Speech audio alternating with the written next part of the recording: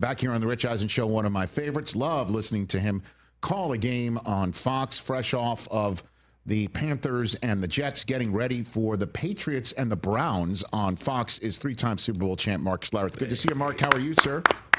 Hey, I'm doing great. Got to watch you the last 2 weeks. Thanks, from pal. London as I was sitting in the stadium watching you call the game with Kurt. So thanks, always fun to get to hear you guys. Thank you. I appreciate that. I don't know what was more taxing, calling the Jets loss to the Broncos, or you having to watch it back to prepare for this game against the Carolina Panthers, Mark.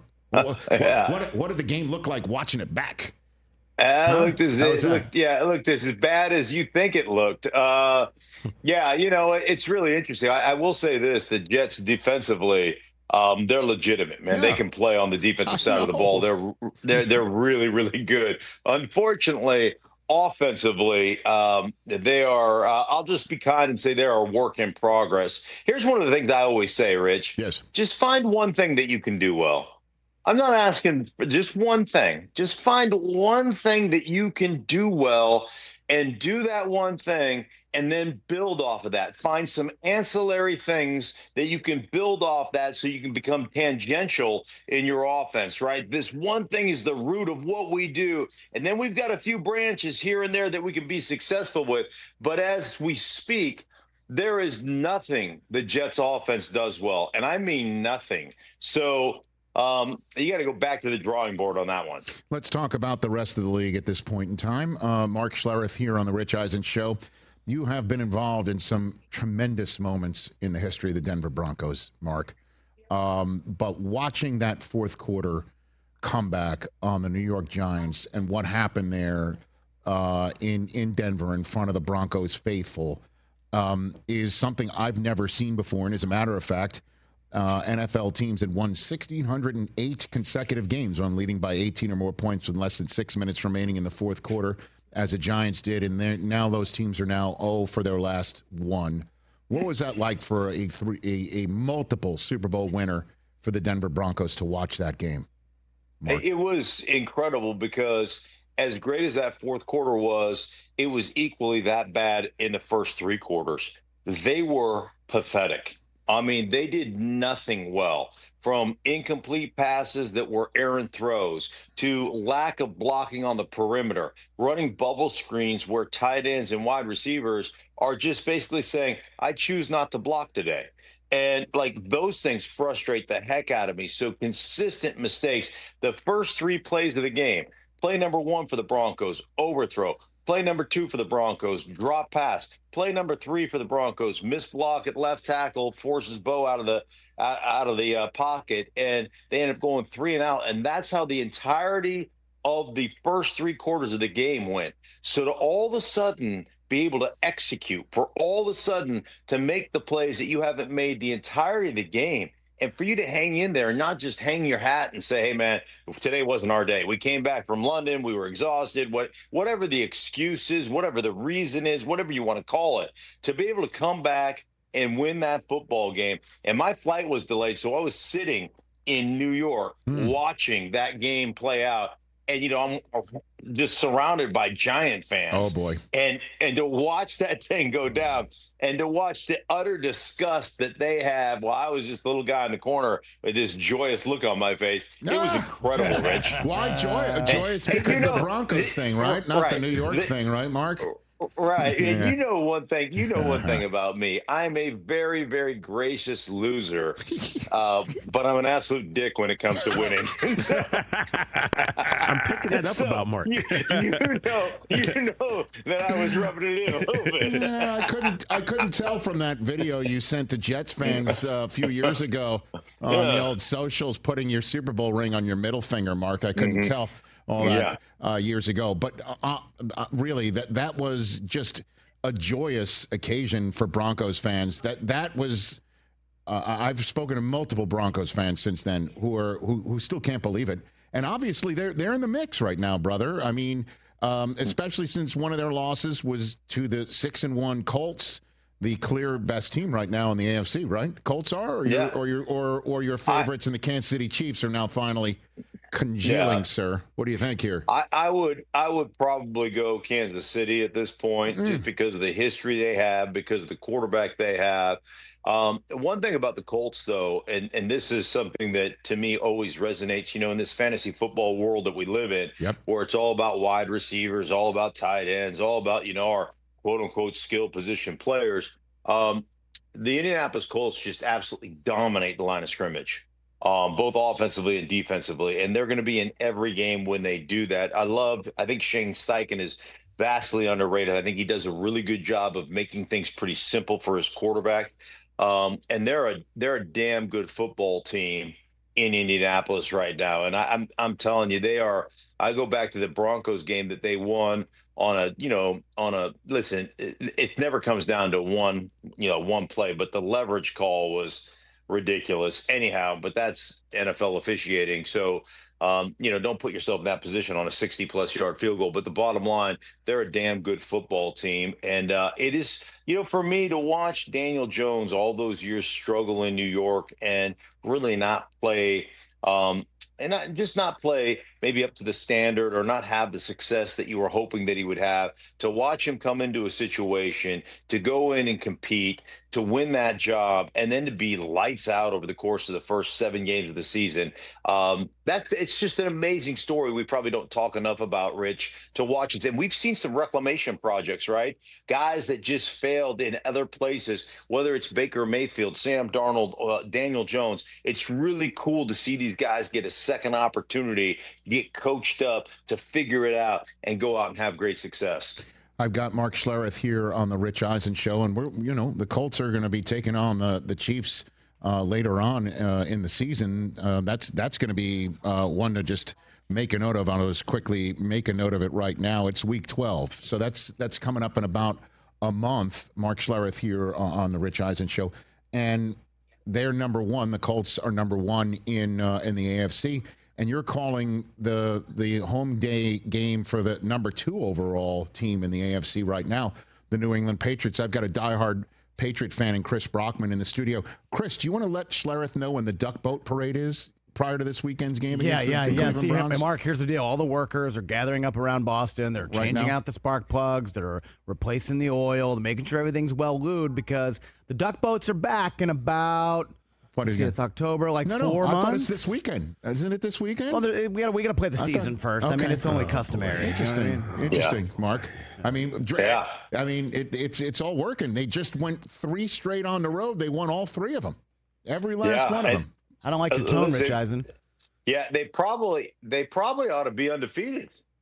You look at their first 3 weeks of the season. I mean, they should have beat Pittsburgh, and self-inflicted wounds. I mean, that's a 21-14 game. They had ample opportunity, red zone turnovers. They had 5 different turnovers. They were -4 in turnover differential. The first 3 weeks of the season, they were 30th in penalties. So they had taken a bunch of penalties, made a bunch of mistakes. Easily could have won those 2 games. And I'm telling you, they have played exceptional football under Mike Vrabel. And Mike Vrabel is just one of those dudes, man, that you watch him after they get a win. He's out there in the tunnel, dapping up all his guys, hugging and loving on all his guys. He's a demanding dude, right? He demands greatness in practice. He's a grinder that way. But, man, they are playing hard for him. They've got his respect. And that guy right there, Drake Maye. He's awesome. I don't know that there's anybody playing any better than that dude right now. He has been lights out, and it's a really fun team to watch, which, I think over the last 2 years, they went 4-13, 4-13, and now they're sitting at 5-2 and in first place in their division and having a win over the Buffalo Bills. It's amazing what they've been able to do in New England. Well, we'll see what he does, May, in terms of a playoff run and making the playoffs, which I believe the Patriots are in line to do right now. And depending on how far he goes, you could put him up there if he goes as deep as Jaden Daniels did last year, the way that Jaden Daniels is having an injury-marred second season, that May is having the best first 2 years of that draft class. in terms of Caleb, in terms of, Penix, in terms of Bo Nix, who's been terrific. But as you pointed out at the beginning of this conversation, up and down with a lot of down. And J.J. McCarthy, we're still waiting on. I mean, Maye has been spectacular.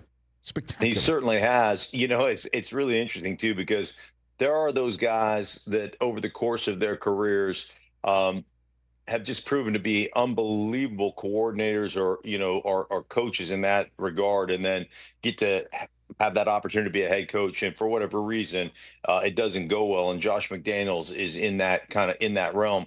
And it was really interesting. Last time I sat down with Josh McDaniels was a Carolina game, and they waxed the floor with the Carolina Panthers. And just talking to him about his year off, Rich, and like, all right, well, what'd you do after the Raiders fired you your year off? And he's like, man, I got a notebook with 78 pages of notes. I went to the Kansas City Chiefs training camp. I went to the Houston Texans training camp. There's another one in there that he went to. And then he said, I went to Ohio State, and I'm just seeing how people run their offense, how people run their team meetings, how people run their offseason, and just learned as much as I could possibly learn in my year off. And you go back to his year as a coordinator with Mac Jones and how well Mac Jones played. And then all of a sudden, Mac Jones was lost in the desert. And now he's back with Kyle Shanahan playing really good football. It just matters who coaches you. It matters, who's giving you the message and who's tutoring you in the game and allowing you to grow as a player and allowing you to understand the game at a more global level. And you can say what you want about his head coaching career, but man, that guy's one hell of an offensive coordinator. A few minutes left here with Mark Schlereth on the Rich Eisen Show. Where does Dan Campbell rank in terms of guys that you would play for if you could get more snaps and play another season, Mark? Where is he ranked, man? He'd be number one. He'd be right up there on the top. You gotta love Dan Campbell, and I will tell you this, man. He plays the role of meathead well. He's like, that dude is smart. He understands offense. He understands what he's trying to do. And I will just tell you, walking into that facility before Dan Campbell was there to call a game, that place was a morgue, Rich. I mean, it was legitimately a morgue. You walk into that facility now, and we always talk about culture, and culture is one of those things that everybody wants, but it's really hard to develop. Man, you walk into the Detroit Lions now, everybody who works there, from the people who greet you at the gate when you come in, to the people in the front greeting room, to the coaches and the cafeteria staff and all the people in there, everybody's an essential employee, and they all are treated that way. And you walk into that facility, man, it can be the dead of winter, man. That place is a ray of sunshine. And it's because of the culture that Dan Campbell has created in Detroit. It's amazing. Guys want to play hard for him, and they do. You see it all the time with just the excitement, the energy that team plays with. Well, and that's what Jet fans are hanging their hats on to bring this whole thing full circle, Mark, is Aaron Glenn was on that staff that went 0-10-1 to start, and then 1-6 to start the next season. And I'm sure, the morgue analogy could be appropriate for what you just witnessed with the Jets right now at 0-7, right? I mean, that's it.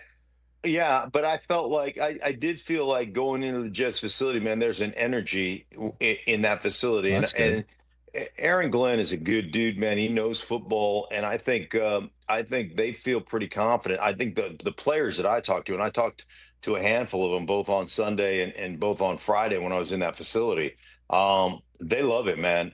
And so, they have to fix the offense? Yeah, they gotta fix the offense. They got to figure out what that offense is. They're still trying to, mess around with that. And I don't think they've solved their quarterback conundrum yet in New York. But those guys love playing for him. Quinnen Williams just raved about playing for Aaron Glenn. So I think they're on the right track. It just takes time. And one thing I know about kind of a turnover, and this happened in Denver over the last couple of years, talking to Sean Payton, you can't turn over the whole roster in 1 year. It takes you a while to wean out the guys that you don't want, the guys that aren't necessarily your guys. You can't just do it in one off season. It takes a little bit of time. So it is one of those things. I know nobody wants to be patient. Everybody wants an instant cup of coffee. It just doesn't work that way. All right, last one for you. 3-5-2 teams in the West now that the Rams won in London. And Seattle wrapped up Week 7 by taking care of a Texans team coming off of a bye. Niners at 5-2. You could put your Mark Schlereth Stinkin Truth podcast marker on only one of them. Who do you put the marker on, Mark? I'd probably put it on the Rams. And the Rams, obviously, they have Matthew Stafford, and they've got some receivers, and Puka Nacua injured, last week. And then the game you did in London, they just went to the tight ends. They said, okay, well, we don't have receivers this week. Okay, that's all right. We'll just focus on our tight ends, and we'll win that way. And, love that about Sean McVay. They've got the quarterback. The other thing they quietly, when they had a couple of down seasons or a down season, they quietly went and revamped their both lines of scrimmage. First is at times unblockable. That guy is a freak show, and they can run the ball. They can control the line of scrimmage with that quarterback and the receivers they have. I would, if I was a gambling man and had to put an amount of money that mattered to me, I would put it on the Rams. Yeah, 4 tight ends caught passes for the Rams, 3 touchdowns for Devontae Adams, and you mentioned Verse. It's Byron Young who's got 9 sacks, tied with Brian Burns for the most in the NFL.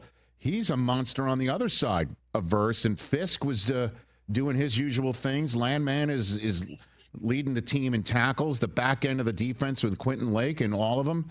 They are balling out, man. They certainly are. Thanks for the time right here. I know you said you're in Tampa for your is it your granddaughter? My oldest granddaughter has a play today at her she attends a Christian school, so we've got a play, and my wife and I came down to support her and to watch the play tonight. What's the play? Fiddler on the Roof? Wait a minute, hold on a second. No, what's the play? In all seriousness, what is it? Okay. Oh, hey, what's the play that Quinn's doing? I have no idea. Hey, Rich, that's a wife question. That's like asking me. Sounds like Kurt. Sounds Warner. like Kurt. Yeah. Kurt. Right. That's like somebody going. Mark. Hey, so-and-so had a baby. How long was it? How much did it weigh? How the hell am I supposed to know that? I wouldn't ask that kind of question. Mark. This is a Kurt situation. Kurt Warner came in London last week. He did an appearance, and he's like, I got to run because I'm meeting Brenda at the theater. And I'm like, what are you seeing? He goes, I don't know. I don't know. That's 100% me. You told me to be somewhere, I'll be there. Okay, fantastic. Either way, I'm sure she will be the star of the show. And thank you. Grandfather of the Year, Mark Schlereth here on the Rich Eisen Show, the Stinkin Truth podcast with Mark. Get it wherever you get your podcast. Have a great broadcast. Always love listening to you, man. Thank you, brother. I appreciate you. Take care. One of our favorites, Mark Schlereth, back here on the Rich Eisen Show. Hey, you made it all the way to the end. Thanks for that. Check us out every single day streaming live on Disney Plus and the ESPN app 12 to 3 Eastern.